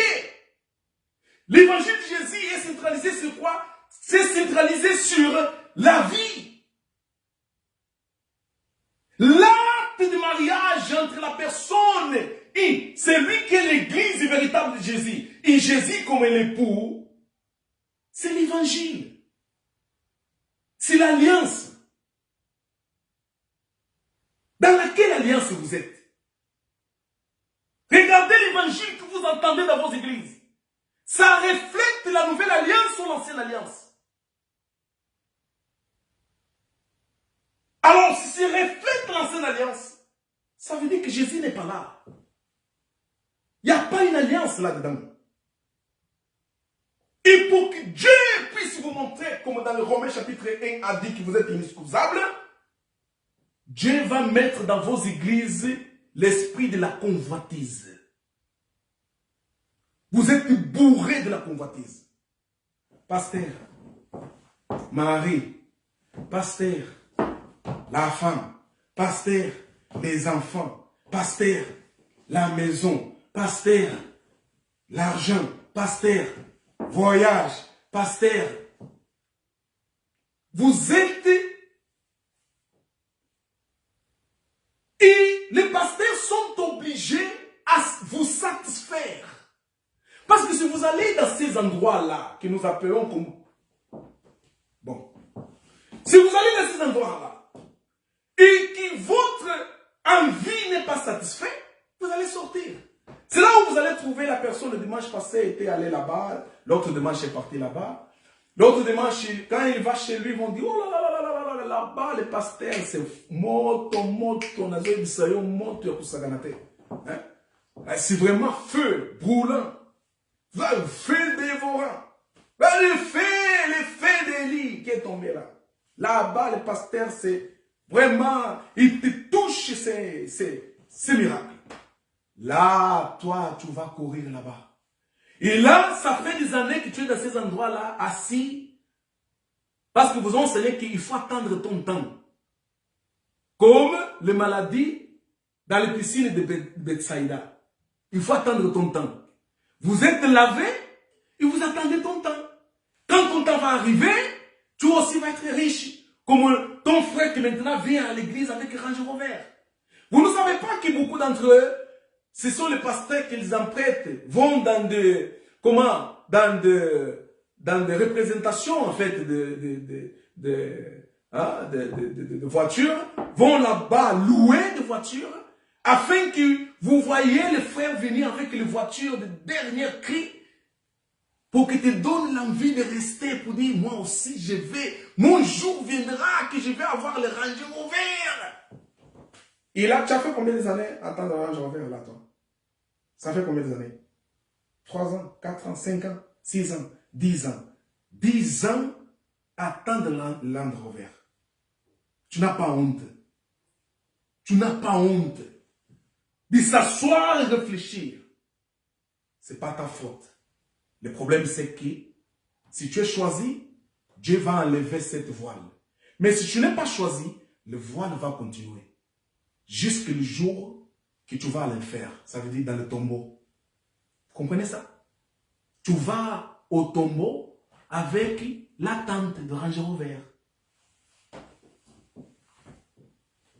Mon peuple, sortez de là. C'est le Seigneur qui commande. Mon peuple, sortez de là.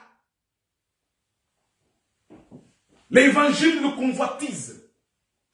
Ces gens-là, ils ont substitué le véritable évangile de la grâce de Dieu, qui est en concordance avec l'alliance, la nouvelle alliance, par un évangile de convoitise.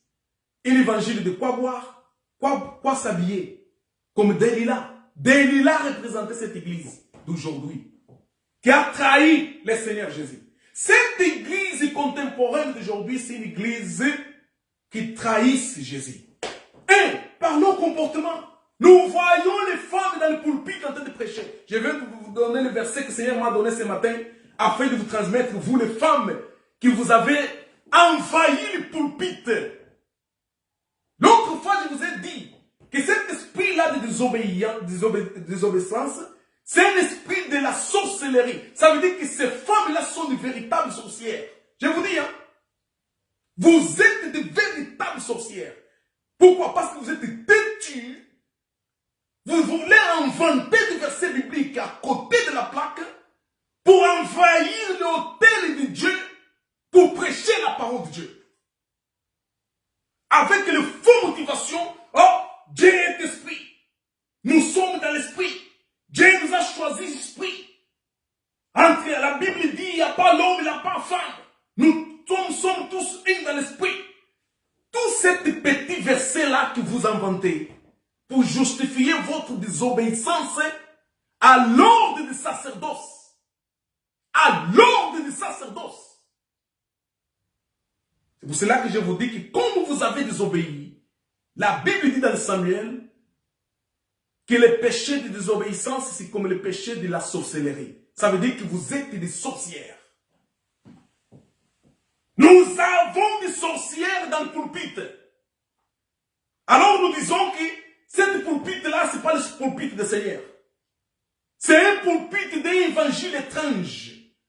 Et qu'est-ce que vous allez trouver dans cette pulpit? L'évangile de bien-être. C'est ça que ces femmes prêchent. Ces femmes-là prêchent le bien-être. Pourquoi ils prêchent le bien-être?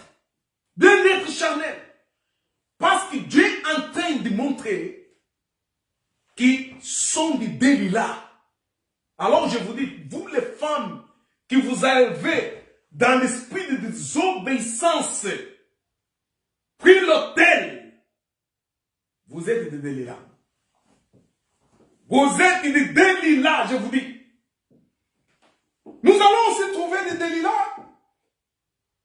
Ceux qui prêchent l'évangile dans l'autel qui nous sait qu'il n'est pas en accord avec la nouvelle alliance. Qui n'est pas la grâce de Dieu qui est prêchée. Mais la loi, le légalisme, le libre arbitre, l'effort personnel de la personne, la performance, jeûner beaucoup, prier beaucoup, donner beaucoup d'offrandes, donner beaucoup de dîmes, faire ceci, faire cela pour mériter ça de Dieu. Ce genre d'évangile, la finalité c'est de séduire les gens dans les conquêtes de la vie matérielle, de bien-être matériel, comme Seigneur Jésus a reproché dans le Luc chapitre 12. Il a dit, ce sont les païens qui cherchent ça. Ce sont les païens qui cherchent ça. Mais vous, il dit, vous cherchez d'abord le royaume. Alors celui qui cherche le royaume, il doit être dans le principe de l'évangile de ce royaume. L'église véritable, le croyant véritable en étant l'épouse de Christ, il cherche à rester dans l'alliance avec le Christ comme l'époux. Est-ce que vous me comprenez? Est-ce que vous me suivez? Rester dans l'alliance avec le Christ comme étant son époux. Les croyants et l'épouse de Christ. Parce qu'il est l'église de Christ. Alors, une épouse rebelle qui veut donner l'ordre, qu'est-ce que le mari doit faire, il essaie de faire. Ça, c'est une épouse. Une épouse rebelle. Les croyants d'aujourd'hui, l'église d'aujourd'hui, veut imposer Jésus. Qu'est-ce que Jésus doit faire? Parce qu'il se croit être sage plus que lui-même le Seigneur. Alors, ce sont des faits de l'alliance des Seigneurs. Ils ont jeté aux poubelles l'alliance des Seigneurs. Ils ont jeté aux poubelles l'évangile de Christ qui est la grâce. Pour aller chercher un autre évangile. Centralisé sur l'ego de la personne. Centralisé sur le vouloir de la personne. Le projet de la personne. le bien-être matériel. Celle que Jésus, dans Luc 12, est en train de recommander à son église, en train de recommander à son épouse de ne pas s'aligner à cela.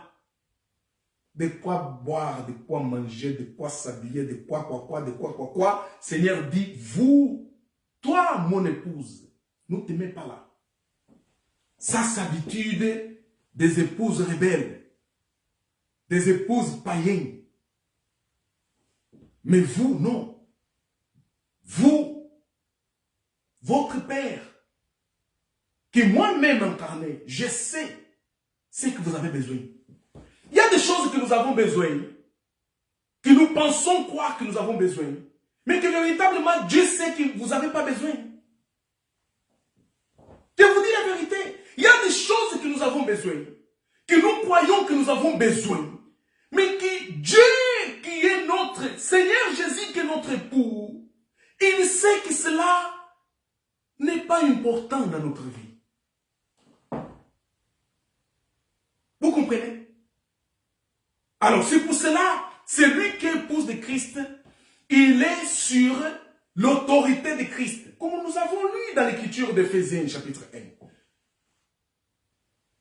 L'épouse qui respecte l'époux. Elle est là pour écouter, pour attendre ce que son épouse, ce que son époux lui dit. Tel comme Sarah. Sarah appelait Abraham de mon Seigneur. C'est une révélation. Pourquoi mon Seigneur? Sarah a reçu révélation de comme quoi Abraham est la typologie de qui? De Christ. Abraham est la typologie de Christ. C'est le Seigneur. Alors, l'appeler Abraham, c'était lourd pour Sarah. Sarah considérait appeler Abraham, son mari, c'était manque de respect. Parce qu'elle a reçu la révélation. Et alors, il appelait mon Seigneur. Mon Seigneur. Mon Seigneur. Mon Seigneur. Vous comprenez? Donc, c'est ça les croyants d'aujourd'hui. Mes frères, nous avons beaucoup de choses à vous parler à propos de l'église d'aujourd'hui. L'église d'aujourd'hui rebelle. L'épouse rebelle sorcière. Telle comme Delilah. Il a mis la tête de Samson sur ce pied. En caressant la tête de Samson, a fait dormir Samson.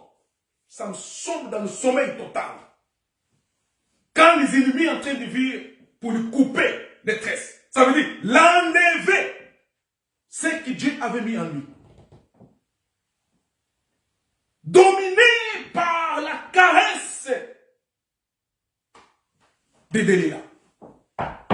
Ça veut dire qu'aujourd'hui, l'église qui est l'épouse, cette épouse rebelle et mondaine, veut caresser Jésus. Veut caresser Jésus. Sauf que Jésus connaît les jeux de cette femme rebelle qui ne l'appartient pas. Il ne nous laisse pas dominer par ça. Il ne regarde, il voit ça. Oh, divine. Oh, on va gêner. Oh, on va faire. Il n'est pas là-dedans. Nous ne le concerne pas. Il dit, ce sont les gens qui ont inventé leur religion en mon nom, mais je ne connais pas. Seigneur, on a fait des miracles en ton nom. C'est écrit. Vous croyez que Jésus avait dit ça pour dire? On a fait des miracles en ton nom. On a fait ceci en ton nom. J'ai gêné une semaine en ton nom. Moi, j'ai même tombé. Je me suis coupé. Je me suis incisé en ton nom. Seigneur, j'ai fait des sacrifices en ton nom. Ah, Ézéchiel. Ézéchiel, le jour que le Seigneur l'avait dit qu'il va mourir. Ézéchiel s'est mis des genoux devant le mur. Et l'a clamé, Seigneur, au moins, s'il te plaît, rappelle-toi de ce que j'ai fait. Cet enseignement-là de bébé infantile, là, c'est ça que vous faites dormir dans ces églises-là. Hein? Ah, Isaïe est parti voir Ézéchiel. Il va là-bas, il dit, Ézéchiel, Seigneur t'a coupé le jour. Tu vas mourir d'ici à quelques jours. Isaïe est parti. Ézéchiel a pleuré. Oh mon Dieu, je vais mourir. Je vais mourir. Ézéchiel s'est mis des genoux. Seigneur, rappelle-toi au moins ce que j'ai fait. Le Seigneur a rappelé. Ah oui, Ézéchiel, toi tu avais fait ça. Ok. tu ne vas plus mourir d'ici à quelque chose, je vais t'augmenter les années. Isaïe, tu vas retourner. Allez dire Ézéchiel, Seigneur a entendu ta prière, ça a rappelé ce que tu as fait. Et à partir d'aujourd'hui, tu ne vas plus mourir. Il t'a augmenté la longévité. C'est cet évangile infantile de bébés là, de miliques, qui est enseigné dans vos églises là. Quand vous entendez ça, wow, vous voyez, Dieu s'est rappelé de ce qu'il a fait. Même Paul a dit, vos œuvres, vous êtes des bébés inconscients. Écoute-moi, écoute ce que je vous dis. Hein. Des bébés inconscients. C'est pas par l'œuvre, mais par la grâce. Pour que cela ne vienne pas de vous. Éphésiens 2, 8 à 10. Ça ne vient pas de vous. Ça vient de lui. Si ça vient de lui, ton œuvre à toi, aucune valeur. Aucune valeur. Parce que l'élu de Dieu est déjà choisi dans l'éternité. Vous savez, les enfants qui naissent aujourd'hui là, au milieu d'eux, il y a les élus. Ces enfants-là, ils naissent déjà avec Christ. C'est ça que le Seigneur est en train de vous confondre. Hein. Ils naissent avec Christ en eux. Pendant qu'ils grandissent, il fait des bêtises, il fait ceci, il fait cela. C'est la force de la chair. Mais arrive le jour J. Il tourne le dos le monde. Il donne à sa vie. Finito. Il reçoit la révélation de son époux, qui est Jésus. C'est fini. Mariage est fait. Il va rester fidèle. Il ne peut pas écouter votre évangile là de l'argent dans les poches, dans les sacs. J'étais dans la maison, je vis comme ça, l'argent tombait. Hier, je vis une soi-disant prophète. Dans vos pulpites, vous avez salé, vous êtes des prostituées, vous avez salé l'autel de Dieu. Écoutez bien ce que je dis. Hein. Dans l'autel, prophétie. Ma sœur, les chiffres 7 te disent quelque chose. Hein? Ah, chiffre 7. Ah oui, chiffre 7, c'est le jour de naissance de mon mari. Ah oui, c'est ça. C'est pour cela que je voyais dans la vision Dieu me dire, cette dame-là, chiffre 7. Cette dame-là, chiffre 7. Ah, c'est ton mari? Oui. Ah, ok. D'autres, ce sont les choses qu'ils combinent dans le bureau. Ils écrivent tout. Ils viennent dans l'église pour dire que c'est la prophétie. Mais d'autres sont des véritables sorcières.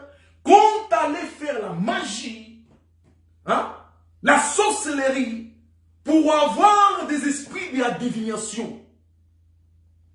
Les esprits de la divination, maintenant, dans vos églises, sont devenus l'esprit des prophètes. J'ai vu même une fille, son père, j'ai connu son père, c'est un homme qui prêchait aussi ces évangiles-là de prospérité. La fille a 10 ans dans une église, hein, sans honte. Maintenant, je vais prophétiser, mais dans le sens de, comment se dit, dans le sens de la divination, hein, un mot qu'il a utilisé, mais qui est la divination aussi. Non, pas dans le sens d'astrologie, dans le sens de, bon, espèce dans le sens de la divination. J'ai dit, mon Dieu, cette fille ne savait pas que la Bible interdit cela.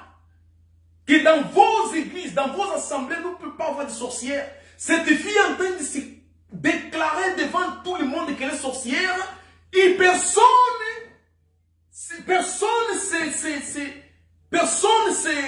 en fait, comment on peut dire, personne ne se soucie de ce que cette femme est en train de dire. C'est incroyable. C'est incroyable. C'est incroyable. Est-ce que vous comprenez? Donc, je vous dis, ne soyez pas Delilah. Aujourd'hui, je vous ai parlé de la trahison de Delilah. La trahison de Delilah, c'était pour couper les spiritualités de qui? De Samson. Alors, ces églises-là, qui sont des faux épouses de Christ, Ils ont ce comportement. Les gens qui vont là, ce n'est pas véritablement pour ce... Bon, en fait, quand vous entrez là, vous allez voir, il y a les gens qui sont sincères, parce qu'ils sont dans leur ignorance. Vous comprenez? Ce sont les gens sincères, vraiment. Il est là parce qu'il aime vraiment Jésus, il veut donner sa vie à Jésus, il est sincère. Mais seulement qu'il est dans l'ignorance. Mais leurs dirigeants, il y a quelques-uns aussi qui sont sincères, qui disent vraiment, j'ai en train de servir vraiment Seigneur. Mais aussi dans l'ignorance. Mais il y en a ceux qui savent que ce n'est pas question d'ignorance. C'est quelque chose fait exprès. Je sais ce que je fais. Ce que je fais, ce n'est pas Jésus, ce n'est pas la foi en Christ. Je suis là simplement pour enrichir ma vie et dominer ce peuple, mettre ce peuple dans une ambiance religieuse, mais à la fin, c'est ma richesse que je cherche. Il y en a ce genre de gens. Alors, c'est des groupes. Les groupes de ceux qui sont sincères dans leur ignorance et les groupes de ceux qui sont véritablement, qui savent ce qu'ils font. Dieu vous demande de reconsidérer votre position. Amen. Ça veut dire que ici, nous avons étudié les deux cas qui représentent qui? Delilah. Delilah comme étant les nations, Delilah comme étant l'épouse de qui? De Samson. Delilah qui représente l'église, que l'église est l'épouse de qui? De Christ. Cette église aujourd'hui qui est faussée dans leur enseignement, dans leur doctrine, dans ce qu'ils font, qui ne se conforment pas à la nouvelle alliance, qui ne se conforment pas à l'alliance établie par Dieu, avec sa véritable épouse, qui est l'église que lui-même a sauvée dans l'éternité et avant la fondation du monde. Amen. Donc, nous avons compris cela et j'espère véritablement que cela va vous aider à discerner et encore à comprendre véritablement ce que le Seigneur a ainsi déterminé pour votre salut éternel. Amen.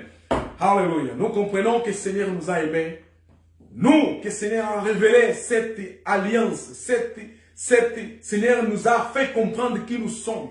Véritablement, nous sommes fidèles à Seigneur dans cette nouvelle alliance. Nous ne pouvons pas changer d'alliance avec le Seigneur. Ça veut dire changer de concert, changer de cet accord. L'alliance, c'est un accord entre Dieu et celui que Dieu a choisi.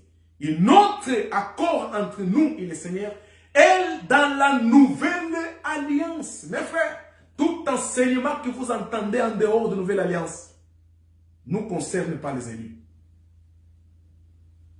Ce n'est pas la nourriture et le comportement de celui qui est épouse de Christ. Je termine par ici. Mettons-nous debout pour remercier le Seigneur Tout-Puissant. Nous avait fait comprendre les deux caractères de Delilah qui correspondent les peuples des nations et l'église d'aujourd'hui.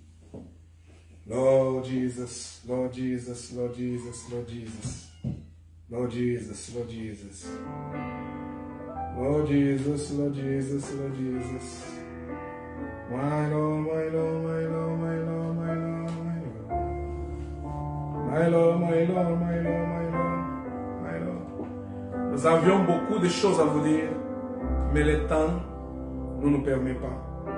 Parce que nous savons que vous n'avez pas encore la compréhension de recevoir tout cela. Lord Jesus. Oh, Lord Jesus. Seigneur, louange à ton nom. Seigneur, car ton nom est grand et digne de louange. Continuez à nous suivre tous les mercredis à partir de 21h, heure de Paris en portugais. Vendredi, 21h, heure de Paris au Bruxelles en français. Et dimanche, de 10h30, quand nous disons 10h30, nous avons 30 minutes d'adoration. Et nous commençons véritablement l'enseignement à partir de 11h.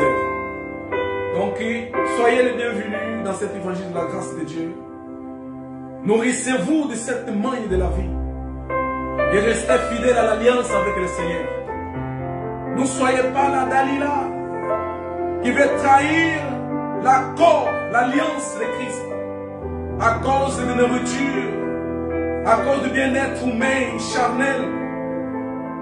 Mais si, restez la femme fidèle, l'épouse fidèle à l'alliance, la nouvelle alliance, et dans les enseignements de cette alliance, qui sont les enseignements de la grâce souveraine d'Élohim. Merci. Merci Seigneur. Merci. Chantons, Seigneur. Je chante louange à ton nom, Seigneur. Seigneur. Car ton nom est grand et digne de louange. Notre Dieu, nous te remercions de nous avoir donné l'opportunité d'être là présent et entendre ton instruction. Bénis tous ceux qui nous ont suivis jusqu'à maintenant. Bénis ceux qui sont fidèles à cet évangile. Ceux qui sont attachés à ton alliance. Ceux qui ne sont pas vendus dans un évangile de la convoitise du monde. Mais ceux qui sont attachés à l'évangile de la grâce. De ta souveraineté dans nos vies, Seigneur. Merci, Père. Ton nom soit béni. C'est lui qui a le problème de la maladie. Je te demande par ta grâce et ta miséricorde de toucher son corps afin d'enlever toute la maladie au nom puissant de Jésus-Christ. Seigneur, celui qui a des problèmes, des difficultés, manifeste ta puissance. Et j'ai la foi que tu as résolu ces problèmes. Honneur à toi, gloire à toi. Ton nom soit béni, Seigneur. Ton nom soit béni. Bénis la semaine. Je proclame la semaine bénie au nom de Yeshua Mashiach. Je proclame la semaine bénie au nom de Yeshua Mashiach. Je proclame la semaine bénie au nom de Yeshua Mashiach. Merci Seigneur Jésus. Merci. Manifeste-toi Seigneur. Expose la bénédiction que tu as déjà fait, que tu as déjà garanti à tes élus. Au nom de Yeshua HaMashiach. Merci. Merci Seigneur. Même avec des hauts et des bas, même avec des difficultés, des problèmes, garde la foi de tes élus Seigneur. Ne laisse pas que la foi soit vendue, soit coupée, comme les 5 tresses de Samson, par le monde et par les ennemis de ton peuple, et par le faux évangile des hommes, des faux évangiles qui est à voir avec les bien-être humains et par les bien-être spirituels. Merci Seigneur Jésus. Nous te louons. Nous te louons. Nous te louons Seigneur. Alléluia. Nous élevons ta voix pour t'adorer. L'agneau est souverain. Merci Seigneur. Nous vous disons à dimanche prochain. Que le Seigneur vous bénisse et vous garde. Soyez fidèles, restez fidèles à cet évangile de la grâce. Que le Seigneur vous bénisse. À dimanche prochain.